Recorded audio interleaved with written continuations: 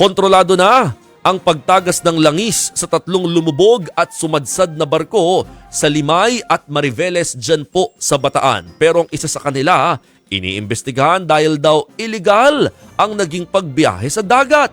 Yan ang pampagising na balita ni Rainiel Pawid. Araw mula nang lumubog ang motor tanker Terra Nova pero nananatili pa rin ito sa ground zero o sa pinaglubugan nito sa karagatan ng Limay, Bataan. Sa mga nakalipas na araw, sinelyuhan muna ang 24 na valves ng oil tanker na naglalaman ng higit 1 milyong litro ng industrial fuel. Pero ngayong araw, nagsagawa muli ng inspeksyon ng mga diver. Sabi ng Philippine Coast Guard, kontrolado na ang pagtagas ng langis. Capping na po siya. So may mga paunti-unti pa rin po na lumalabas dyan, sir, kasi yun nga yung sinabi ko, mas malalim, mas mataas yung pressure, and then sir, yung pipings niya ganun, marami din po siya. So may mga pailang ilan, sir, lumalabas, but ito yung less than 1 liter per hour na lang po. Upang hindi makapinsala sa yamang dagat, patuloy pa rin ang paglalagay ng oil spill boom sa ilang bahagi ng Manila Bay.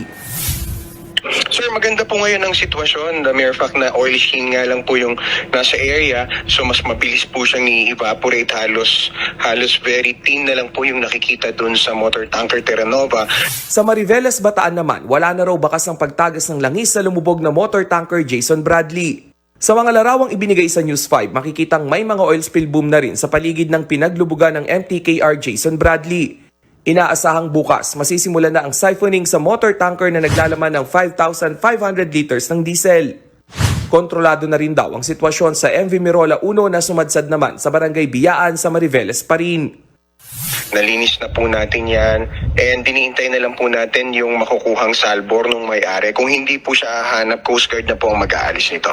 Gumugulong na rin ang investigasyon ng PCG dahil undocumented o hindi legal ang pagbiyahe ng MV Mirola 1. Sa kabila ng kaliwat ka ng pagtagas ng langis mula sa tatlong barko, nilinaw ng Bureau of Fisheries and Aquatic Resources Central Luzon na ligtas pang kainin ang mga isdang nahuhuli sa Bataan, Pampanga at Bulacan. Safe na naman. Doon sa aming sensor evaluation, wala kaming naamoy na may langis, may nalasahan na may langis. Sa Biyernes, lalabas naman ang resulta ng isa pang test na ginawa ng BIFAR tungkol naman sa langis na naabsorb o humalo na sa katawan ng isda. Dito rin matutukoy kung magpapatupad ng fishing ban sa mga nabanggit na probinsya para sa kaligtasan ng publiko.